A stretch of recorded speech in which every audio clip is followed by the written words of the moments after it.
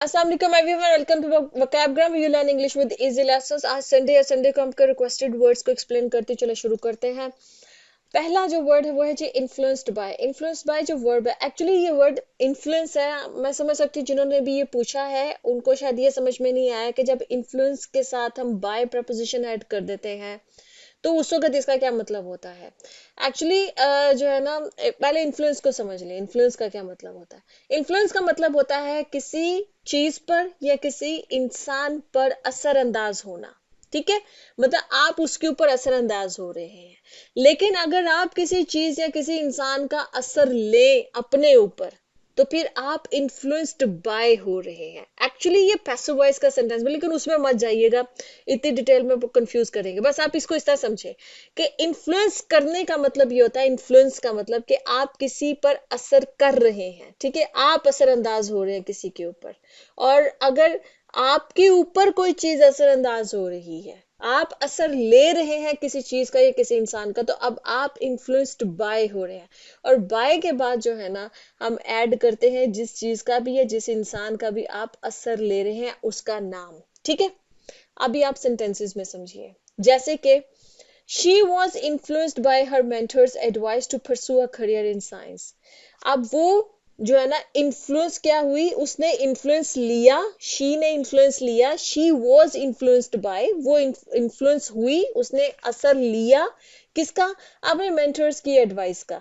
अब मेंटर कौन होता है, जो आपको गाइड करता है। वो कोई भी हो सकता है किसी भी इंसान की जिंदगी में, टीचर हो सकता है, पेरेंट्स हो सकते हैं, बड़ा भाई हो सकता है, फैमिली में कोई बड़ा ऐसा समझदार इंसान हो सकता है जो आपको गाइड करता है। ठीक है, तो उसने अपने मेंटर की जो एडवाइस है, उनकी जो नसीहत है, उस नसीहत का उसने जो है वो असर लिया।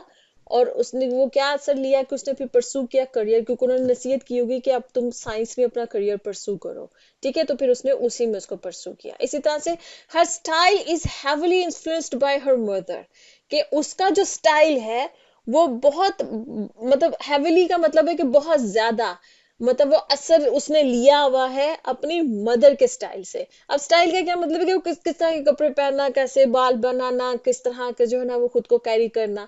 तो जिस तरह से उसकी मदर खुद को कैरी करती थी, जैसे वो बाल बनाती थी, जैसे वो जिस तरह के जिस स्टाइल के वो कपड़े पहनती थी, तो उसने अपनी माँ से असर लिया। तो she was influenced by her mother, कि अपनी माँ से उसने असर लिया, और जैसे उसकी माँ स्टाइल करती थी वैसे ही वो भी खुद को स्टाइल करती है। ठीक है, अच्छा जी, ये तो हो गया इन्फ्लुएंस्ड बाय। नेक्स्ट है हमारे पास वर्ड जी डिस्मे। डिस्मे जो है ना, ये नाउन भी है और वर्ब भी है, और इसका मतलब है feeling of distress typically caused by something unexpected और अनप्लेजेंट। देखिए, डिस्मे का मतलब होता है दुख, तकलीफ, मायूसी। ठीक है, इसको डिस्मे कहते हैं। जब एज ए नाउन हम इसको यूज करेंगे तो इसका मतलब होता है दुख या मायूसी या तकलीफ। किसी चीज पर आपको पेन है, आपको बड़ा दुख हुआ है उस चीज पे। ठीक है, तो एज ए नाउन हो गया दुख, तकलीफ, मायूसी। और एज ए वर्ब जब हम इसको यूज करेंगे तो उसका क्या मतलब, मायूस होना, दुखी होना, तकलीफ में होना। ठीक है, तो एज ए वर्ब और एज ए नाउन ये दोनों तरह से इसको यूज कर सकते हैं।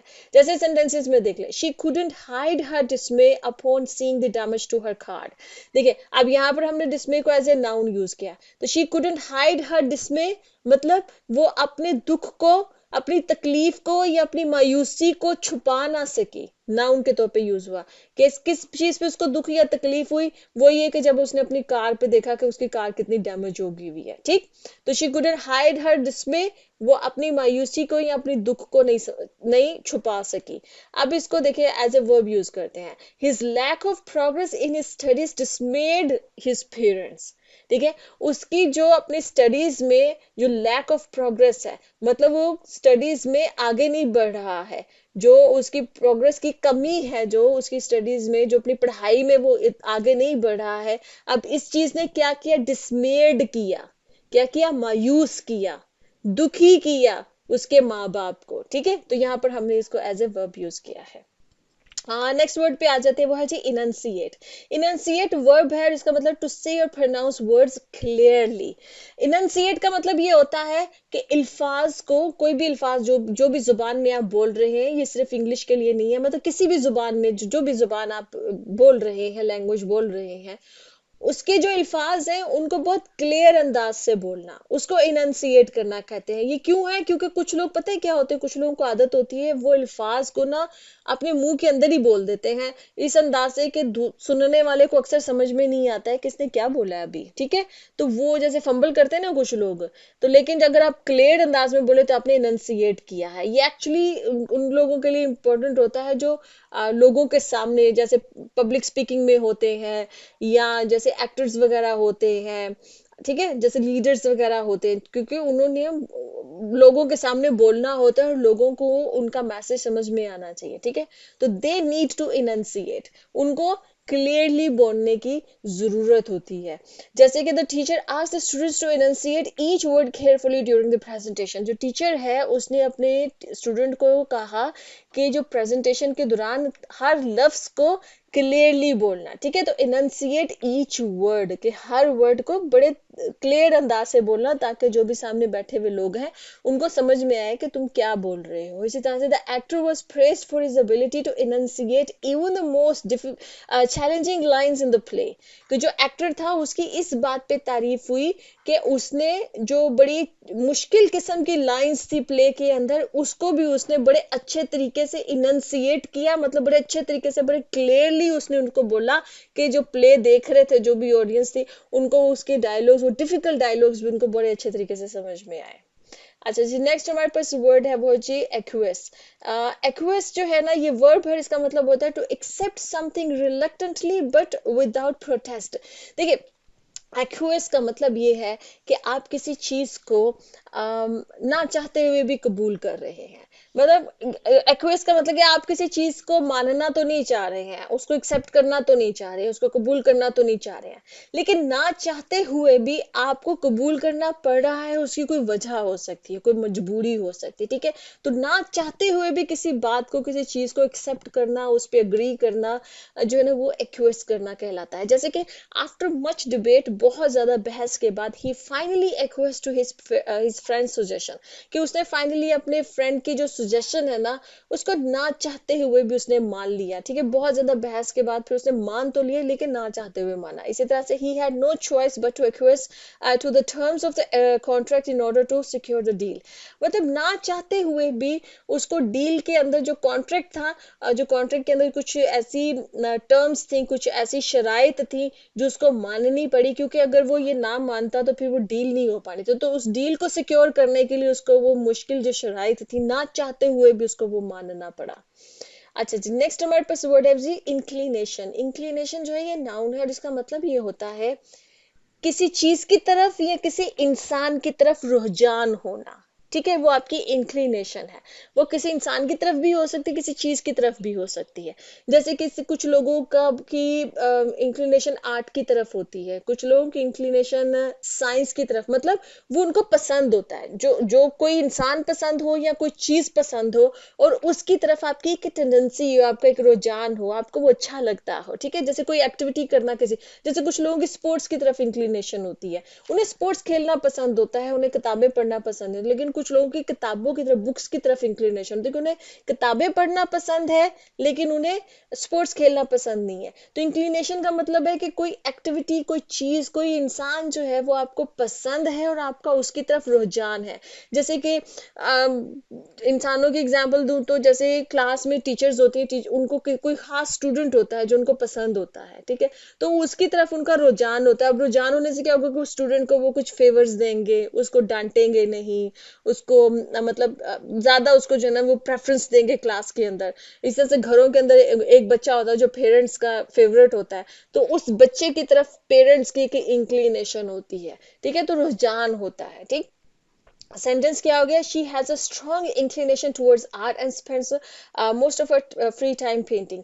कि उसकी बड़ी स्ट्रॉन्ग किस्म की, बहुत ज्यादा जो है ना वो उसकी इंक्लिनेशन है, मतलब बहुत रुझान है उसका जो है ना वो आर्ट की तरफ, मतलब उसको आर्ट बहुत ज्यादा पसंद है और वो बहुत ज्यादा वक्त जो है वो पेंटिंग में गुजारती है। इसी तरह से the boss has an unfair inclination towards Ali. Boss की जो है ना वो एक अनफेयर किस्म की इंक्लिनेशन है अली की तरफ। क्या मतलब अनफेयर इंक्लिनेशन क्या होता है? मतलब उनका रुझान है अली अली जो है ना, वो जो एम्प्लॉय है वो उनको बॉस को बड़ा पसंद है, तो वो क्या करते हैं, बॉस उसको फेवर देते हैं और बहुत ज्यादा, और बाकियों को वो फेवर नहीं मिलती है, तो ये अनफेयर इंक्लिनेशन होगी। जैसे अली जो है वो अगर लेट आ जाए तो बॉस उसको कुछ नहीं कहेंगे, लेकिन कोई दूसरा एम्प्लॉय जो है वो 5 मिनट भी लेट हो जाए तो उसकी सबके सामने जो है वो डांट डपट हो जाती है, ठीक है। तो ये अनफेयर इंक्लिनेशन हो गई। या अली को जो है वो इंक्रीमेंट्स या जो बोनसेस हैं वो ज्यादा मिल जाते हैं, बाकी एम्प्लॉयज को उतनी इंक्रीमेंट नहीं मिलता है या उतने जो ना बोनसेस नहीं मिलते हैं, तो अनफेयर इंक्लिनेशन हो गई। मतलब उस तरफ रुझान है बॉस का, बॉस को पसंद है वो, ठीक है। अच्छा जी, नेक्स्ट हमारे पास वर्ड है वो है जी सेटराइज। सेटराइज जो है ना, ये वर्ब है, इसका मतलब होता है किसी बात को क्रिटिसाइज करना, लेकिन ह्यूमर अंदाज में, मजाक में क्रिटिसाइज करना। जैसे ये हमारे कॉमेडियंस होते हैं, ये करते हैं कोई सोसाइटी की ऐसी बात जो नेगेटिव बात है, अब उसको हाईलाइट करना है, या जैसे पॉलिटिशियंस की कोई नेगेटिव बातें हैं या लीडर्स की कोई नेगेटिव बातें हैं, उनको हाईलाइट करना है, तो वो क्या करते हैं, वो स्टाइल का जो है ना वो रास्ता इख्तियार करते हैं कि ह्यूमर में, मजाक मजाक में वो उन उन बुरी चीजों को हाईलाइट करते हैं लोगों के सामने, लेकिन ह्यूमर में, ताकि लोग इतना बुरा ना मनाए, थोड़ा डाइजेस्ट कर लें। तो इस प्रोसेस को, इस एक्ट को हम सेटराइज करना कहते हैं, ठीक है। किसी को क्रिटिसाइज करना, किसी बात को क्रिटिसाइज करना, लेकिन मजाक के अंदाज में। और हम आम जिंदगी में भी ऐसे करते हैं, दोस्त भी करते हैं एक दूसरे को, कि मजाक मजाक में किसी दूसरे इंसान को क्रिटिसाइज करना, ठीक है। The stand up comedian satirised society's double standards in his set. कि जो स्टैंड अप कॉमेडियन है, जो स्टैंड अप जो खड़े होकर जो कॉमेडियंस होते हैं, जो कॉमेडी करते हैं, जो बोल कर, तो उसने जो सेट दूसरों के सामने पेश किया, उसमें उसने क्या किया कि सोसाइटी के जो डबल स्टैंडर्ड्स है ना, उसको उसने सेटराइज किया, मतलब उसको उसने क्रिटिसाइज किया, लेकिन उसके मजाक के अंदाज में। डबल स्टैंडर्ड्स क्या है, सोसाइटी में ये हमारा एक वो है ना, एक रुझान है, हमारा एक बिहेवियर है। वो बिहेवियर क्या है कि जो चीज हमारे लिए, हमारे साथ हो तो ठीक है, ठीक है, लेकिन किसी दूसरे के साथ वही चीज हो तो हम बड़ा उसको कहते हैं कि देखो ये हो गया, तो उसको मतलब बुरा मनाते हैं, ठीक है, उसको बुरा भला कहते हैं। तो ये हमारे डबल स्टैंडर्ड्स हैं। इसी तरह the play satirises the shallow values of consumer culture. जो कोई प्ले हुआ है, उस प्ले के अंदर क्या किया गया कि सेटराइज किया गया, मतलब मजाक उड़ाया गया है, क्रिटिसाइज किया गया है।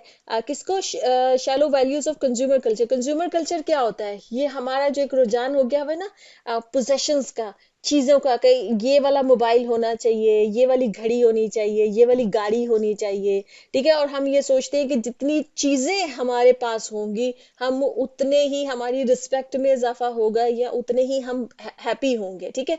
तो ये इसको कंज्यूमर कल्चर कहते हैं, कि पोजेशंस की तरफ रुझान ज्यादा हो जाए, चीजों की तरफ रुझान ज्यादा हो जाए, चीजों को पोजेस करने का, ठीक है।